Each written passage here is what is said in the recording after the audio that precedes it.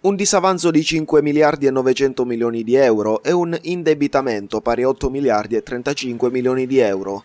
Sono questi i numeri da capogiro annunciati in conferenza stampa dal presidente della regione siciliana, Nello Musumeci, che insieme all'assessore al bilancio, Gaetano Armao, hanno tracciato a qualche settimana dal loro insediamento la situazione finanziaria della regione.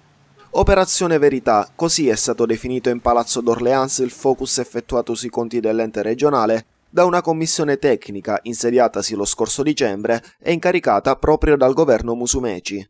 L'estrema sintesi dell'incontro avuto con la stampa è la seguente: la salute economica della regione è gravemente compromessa. Il nuovo governo, ha spiegato l'assessore al bilancio, si è trovato davanti a un DEF, documento di economia e finanza, e a una bozza finanziaria incompleti e lacunosi, che prevedono un incremento di spese per il personale.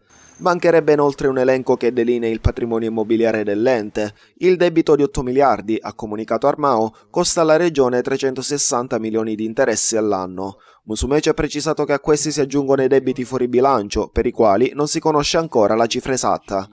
Parlando di risanamento economico e finanziario dell'ente, il governatore ha posto l'accento sulla riduzione della spesa pubblica, sull'eliminazione degli sprechi e sul rendere più trasparenti le operazioni finanziarie. Per quanto riguarda gli investimenti, per Musumeci sono 7 miliardi di euro la cifra a disposizione della regione a partire dal 2018, con risorse provenienti dai fondi di coesione, fondi comunitari e fondi per il Patto per il Sud. Infine, pur essendo un uomo politico navigato e probabilmente a conoscenza, almeno sommariamente, di una situazione economica della regione da tempo palesemente disastrata, Musumeci mette in un qual modo le mani avanti. Con il bilancio che abbiamo trovato non possiamo farci grandi illusioni almeno per i prossimi 3 anni, ha dichiarato lo stesso. Questa situazione peserà sulla libertà di manovra dell'esecutivo. Che le condizioni finanziarie della regione fossero critiche, i siciliani lo sanno da un bel po'. Ciò che al momento maggiormente interessa è sapere quali saranno i prossimi passi dei vertici regionali per far fronte a questa situazione.